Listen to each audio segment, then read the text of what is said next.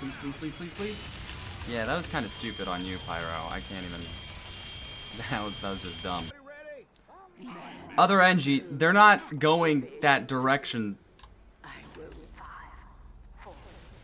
They're going that direction. Okay, so welcome back to the Grunkle Bop, the Scoodle Dude. The last one I thought was a lot of fun. I enjoyed it a lot. So I figured since it was so much fun the first time, I'll just do it again. I'll be honest, I haven't really been keeping track of the views. It's very much, but so this series, for all that are unaware, is kind of a little bit, maybe a tad, inspired by the Weekly Slap by well, his channel name is the Weekly Slap, but it's Jay Schlatt. Yeah, this series is well, it's obvious to me, but anyone that isn't like familiar with Jay Schlatt and the Weekly Slap probably would not really realize that this is based around, because this is just kind of like old YouTube, which that's intentional. And I have seen a bunch of videos about like the rehashing of like old style content in YouTube, and I don't know, it seemed like something that could be fun to do as I get the golden frying pan. But anyway, I talked about all of that stuff last one, so I'll talk about something new this time. And in this time, I want to talk about friends. Friends and loneliness are really interesting topics because of how important they, like, it's understood that friendship and stuff like that is really, really important. But we don't really talk about, like, the difficulties of having a friend and a lot of nuances that go along with it. Because it's not just brain dead, easy, you know, we're friends now. It's not like a Cartoon Network show. I'd love it if it were, but that's simply not a luxury that we're accustomed to in reality. And I don't know if it's because we're just unlucky. I don't know if it's just me. It may just be me, but I don't know. It doesn't seem like it. It doesn't seem like it is. It very much so seems like there's a very well understood thing that friends ain't easy to come by. What the frick killed me? There's a clear need to have friends, but is there really that much of a need to have good friends? Is the question. And what defines something as a good friend? Friendship has always been really important to me, right? It's something that I never really had in excess, so it was always something that I had a high priority about. It was something that I had a high pride over, but I never typically had friends. Not in a depressing way. No, it was kind of depressing. And so whenever I moved to Ohio, right after, like, it was middle school, I had a very high importance of friendship. And so throughout the entirety of my high school career, the entire time in my high school life, I was willing to make the sacrifice, essentially. Because I was just happy to be able to sacrifice to somebody, you know? That's how I thought about it. It was just something that I was happy to have people that I could invite over or whatever. And I will say that a lot of my idea of what makes a friendship was incorrect. Straight up. It was not right. Because it was based off of like shows and stuff. BoJack Horseman moment. It was based off of shows. It wasn't like actual reality. It was based off of like Goonies and stuff like that, which were all incredibly outdated. And so my idea of friendship was not right. It wasn't correct in any regard. Like in the sense that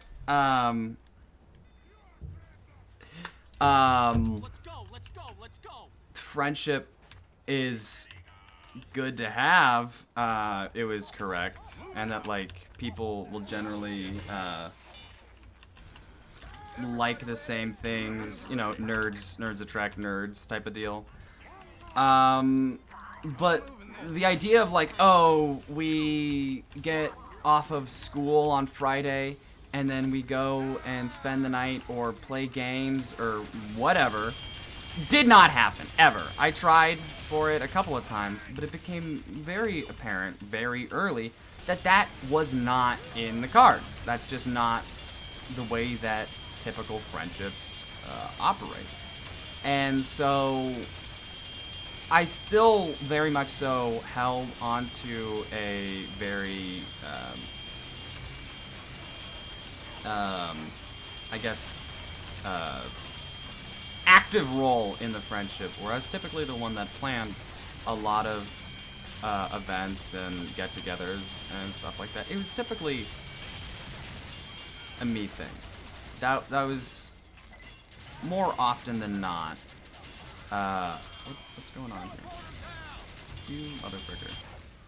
And so, whenever senior year came by, and I had 5 to 6 years of that being my status quo. That's all that my life was. I would basically be the only one who organized anything, and then everybody else was the people that showed up. And I was appreciative that they showed up. That's all that there was to it. And towards the end of senior year, I was like, you know what? This kind of sucks. I don't want to be the only one that really does anything. And so I told them, hey, I got like 20 different people. I had a decently big friend group, and I told all of them, you know, I was like, hey, listen, over summer, I'm gonna have these get-togethers, right? I'm gonna do them. We're gonna get together. Frick. I told them we'll get together, but once that's done, unless you talk to me, I am not going to be setting anything up, anything at all. And they're like, okay, yeah. And so every week I put together an event. Like it wasn't a, it wasn't nothing. It was an actual freaking event. It was, one week we went to, a nearby city. Sometimes we would just hang out by a pool, you know, stuff like that. And then the end of it came, and the end of it came, and I was out of the 20 people that showed up, only 4 people really consistently showed up. And it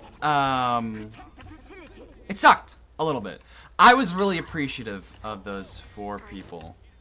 It was really, really cool. But still, out of the 20 people, these 20 people, keep in mind, they weren't like, oh, they weren't like distant. Whenever I was talking to them about it, first of all, I based it around them.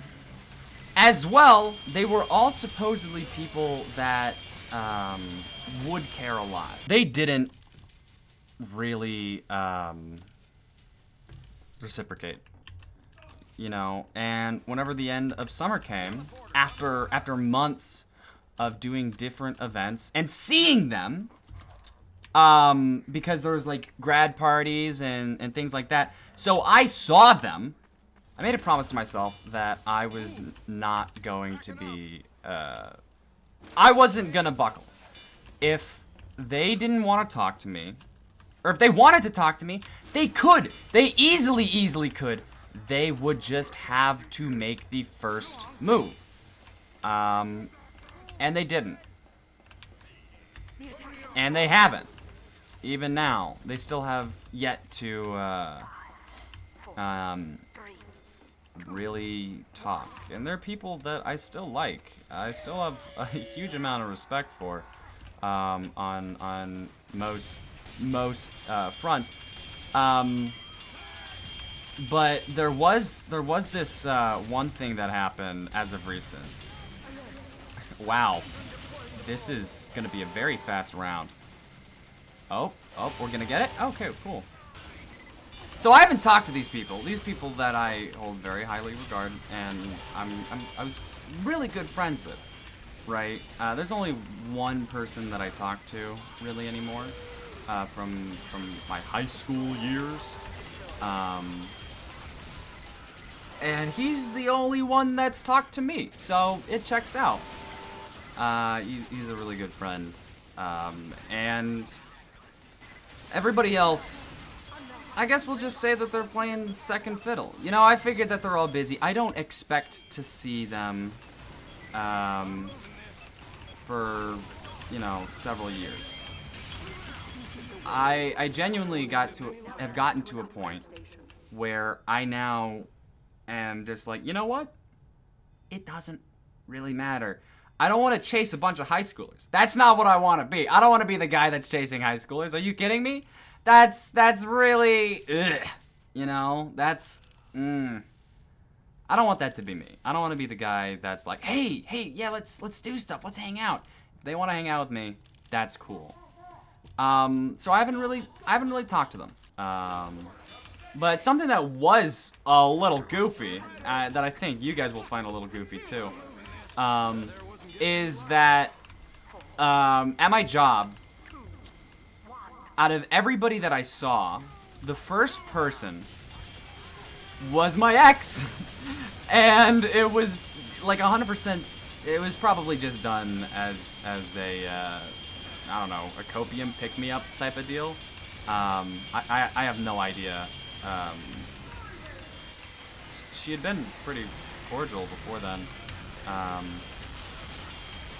But it was like a really shell-shocking moment where it's like, wow, the only person that has come to see me at all, despite knowing where I live, what my phone number, despite knowing everything, the only person that has come to visit me is my ex, and they did that out of spite. More than likely. I don't know. Throughout the past couple months, I have occasionally been thinking about, like, oh, should I just, you know, break down, bite the bullet, and message them? You know, they do matter a lot to me, and loneliness is really important. It's an epidemic.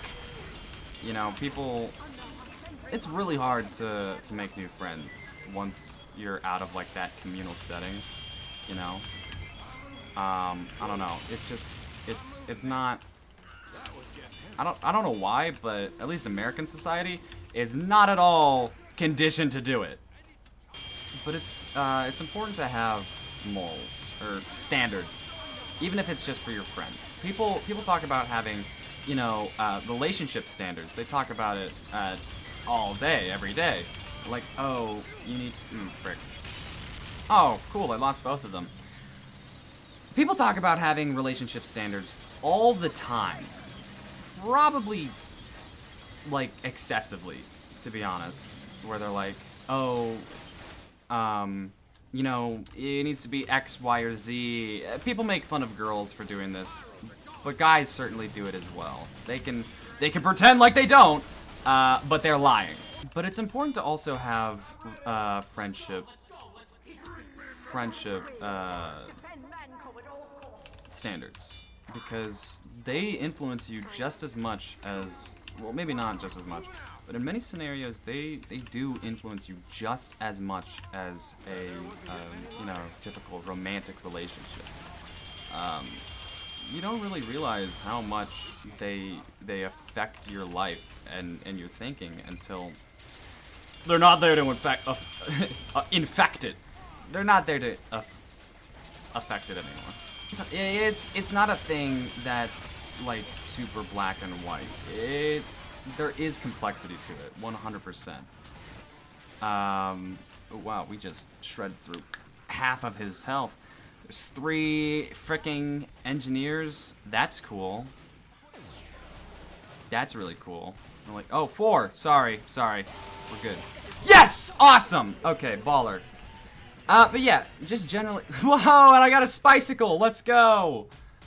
Just generally, it's important to have high standards for not only relationships, or not only romantic relationships, but friendships too. Because I genuinely don't think that, I think it's really important to be willing to say, no, that's not alright. I need people that are gonna put as much effort into me as I did them. And so while I'll still be looking, I'll be looking with my head held high instead of settling for friends. Of course you'll have people that you meet and stuff like that, but at the end of the day, it's nice to just know that you're not undercutting yourself.